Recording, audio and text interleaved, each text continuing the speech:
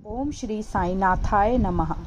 देवाधिदेव ईश्वर अवतार एवं सद्गुरु श्री साईनाथ की परम कृपा से हम आपके समक्ष श्री साईं सच्चरित्र प्रस्तुत करते हैं। सच्चरित्र का अध्याय 1 बाबा की अनुमति से हम प्रारंभ करते हैं। वंदना। गेहूँ पीसने वाला एक अद्भुत संत। गेहूँ पीसने की कथा तथा उसका तात्पर्य। पुरातन पद्धति के अनुसार श्री हेमाडपंत श्री साईं सच्चरित्र का आरंभ वंदना द्वारा करते हैं। प्रथम श्री गणेश को साष्टांग नमन करते हैं, जो कार्य को निर्विघ्न समाप्त कर उसको यशस्वी बनाते हैं, और कहते हैं कि श्री साईं ही गणपति हैं।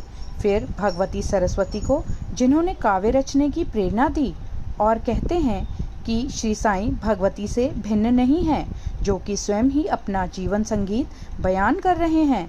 फिर ब्रह्मा, विष्णु और महेश, जो क्रमशः उत्पत्ति, स्थिति और संहार करता है, और कहते हैं कि श्री साईं और वह अभिन्न है। वह स्वयं ही गुरु बनकर भव सागर से पार उतार देंगे। फिर अपने कुल देवता श्री नारायण आदिनाथ की वंदना करते हैं, जो कि कोंकण में प्रकट हुए। कोंकण वह भूमि है जिसे श्री परशुराम जी ने समुद्र से निकालकर स्थापित किया था। तत्पश्चात वह अपने कुल के आदि पुरुषों को नमन करते हैं। फिर श्री भारद्वाज मुनि को, जिनके गोत्र में उनका जन्म हुआ। पश्चात उन ऋषियों को, जैसे याज्ञवल्क्य, भृगु, पाराशर, नारद, वेदव्यास, सनक सनंदन, सनत कुमार, शुक, शौनक, विश्वामित्र, वशिष्ठ, वामदेव, जैमिनी, वैशंपायन, नवयोगेंद्र इत्यादि, तथा आधुनिक संत जैसे निवृत्ति, ज्ञानदेव, सोपान, मुक्ताबाई, जनार्दन, एकनाथ, नामदेव, तुकाराम, कान्हा, नरहरि आदि को नमन करते हैं। फिर अपने पिता में सदाशिव, पिता रघुनाथ और माता को, जो उनके बचपन में ही गत हो गई थी। फिर अपनी चाची को, जिन्होंने उनका भरण पोषण किया, और अपने प्रिय भ्राता को नमन करते हैं। फिर पाठकों को नमन करते हैं, जिनसे उनकी प्रार्थना है कि वे एकाग्रचित होकर कथामृत का पान करें। अंत में श्री सच्चिदानंद सद्गुरु श्री साईनाथ महाराज को, जो कि श्री दत्तात्रेय के अवतार और उनके आशीदाता हैं, और जो ब्रह्म सत्य जगन मिथ्या का बोध कराकर समस्त प्राणियों में एक ही ब्रह्म की व्याप्ति की अनुभूति कराते हैं। सर्व श्री पाराशर, व्यास और शांडिल्य आदि के समान भक्ति के प्रकारों का संक्षेप में वर्णन कर अब ग्रंथकार महोदय निम्नलिखित कथा प्रारंभ करते हैं। गेहूँ पीसने की कथा। सन 1910 में मैं एक दिन प्रातःकाल श्री साईं बाबा के दर्शनार्थ मस्जिद में गया। वहाँ का विचित्र दृश्य देख मेरे आश्चर्य का ठिकाना न रहा कि साईं बाबा मुँह हाथ धोने के पश्चात चक्की पीसने की तैयारी करने लगे। उन्होंने फर्श पर एक टाट का टुकड़ा बिछा उस पर हाथ से पीसने वाली चक्की रखी।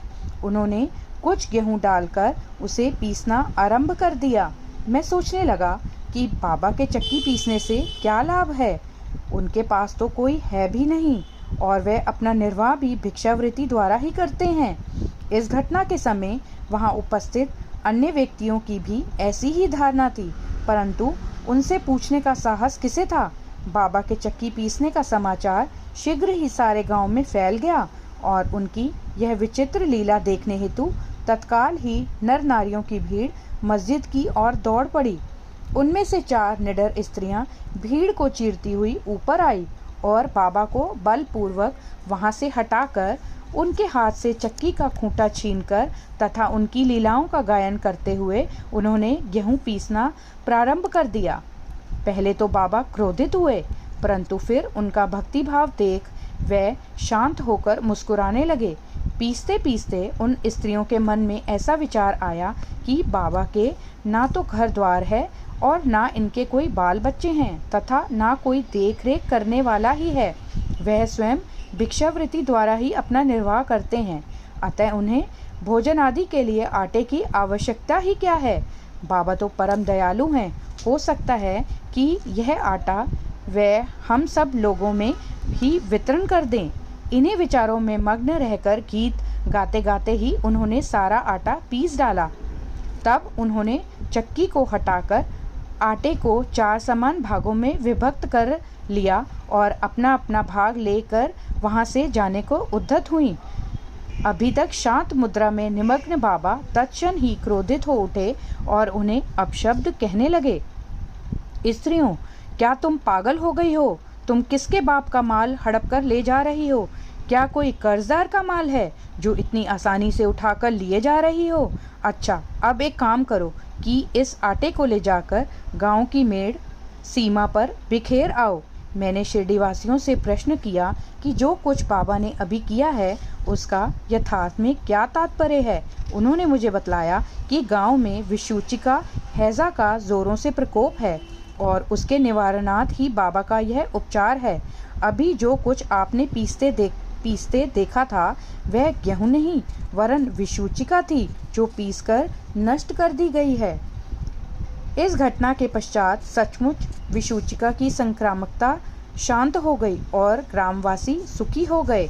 यह जानकर मेरी प्रसन्नता का पारावार न रहा। मेरा कौतूहल जागृत हो गया। मैं स्वयं से प्रश्न करने लगा कि आटे और विषूचिका रोग का भौतिक तथा पारस्परिक क्या संबंध है? इसका सूत्र कैसे ज्ञात हो? घटना बुद्धिगम्य सी प्रतीत नहीं होती। अपने हृदय की संतुष्टि के हेतु इस मधुर लीला का मुझे 4 शब्दों में महत्व अवश्य प्रकट करना चाहिए। लीला पर चिंतन करते हुए मेरा हृदय प्रफुल्लित हो उठा और इस प्रकार बाबा का जीवन चरित्र सुनाने के लिए मुझे प्रेरणा मिली। यह तो सब लोगों को विदित ही है कि यह कार्य बाबा की कृपा और शुभ आशीर्वाद से सफलतापूर्वक संपन्न हो गया। आटा पीसने का तात्पर्य। शिरडी वासियों ने इस आटा पीसने की घटना का जो अर्थ लगाया वह तो प्रायः ठीक ही है, परंतु उसके अतिरिक्त मेरे विचार से कोई अन्य अर्थ भी है। बाबा शिरडी में 60 वर्षों तक रहे और इस दीर्घ काल में उन्होंने आटा पीसने का कार्य प्रायः प्रतिदिन ही किया। पीसने का अभिप्राय गेहूं से नहीं वरन अपने भक्तों के पापों, दुर्भाग्यों, मानसिक तथा शारीरिक तापों से था। उनकी चक्की के 2 पाटों में ऊपर का पाट भक्ति तथा नीचे का कर्म था। चक्की की मुठिया जिसे पकड़कर वह पीसते थे वह था ज्ञान। बाबा का दृढ़ विश्वास था कि जब तक मनुष्य के हृदय से प्रवृत्तियां, आसक्ति, घृणा तथा अहंकार नष्ट नहीं हो जाते, जिनका नष्ट होना अत्यंत दुष्कर है, तब तक ज्ञान तथा आत्मानुभूति संभव नहीं है। यह घटना कबीरदास जी की इसके तदनुरूप घटना की स्मृति दिलाती है। कबीरदास जी एक स्त्री को अनाज पीसते देखकर अपने गुरु निपट निरंजन से कहने लगे कि मैं इसलिए रुदन कर रहा हूँ कि जिस प्रकार अनाज चक्की में पीसा जाता है उसी प्रकार मैं भी भवसागर रूपी चक्की में पीसे जाने की यातना का अनुभव कर रहा हूँ। उनके गुरु ने उत्तर दिया कि घबराओ नहीं, चक्की के केंद्र में जो ज्ञान रूपी दंड है उसी को दृढ़ता से पकड़ लो। जिस प्रकार तुम मुझे करते देख रहे हो उससे दूर मत जाओ, बस केंद्र की ओर ही अग्रसर होते जाओ और तब यह निश्चित है कि तुम इस भवसागर रूपी चक्की से अवश्य ही बच जाओगे। श्री सद्गुरु साईनाथार्पण मस्तु। शुभम भवतु।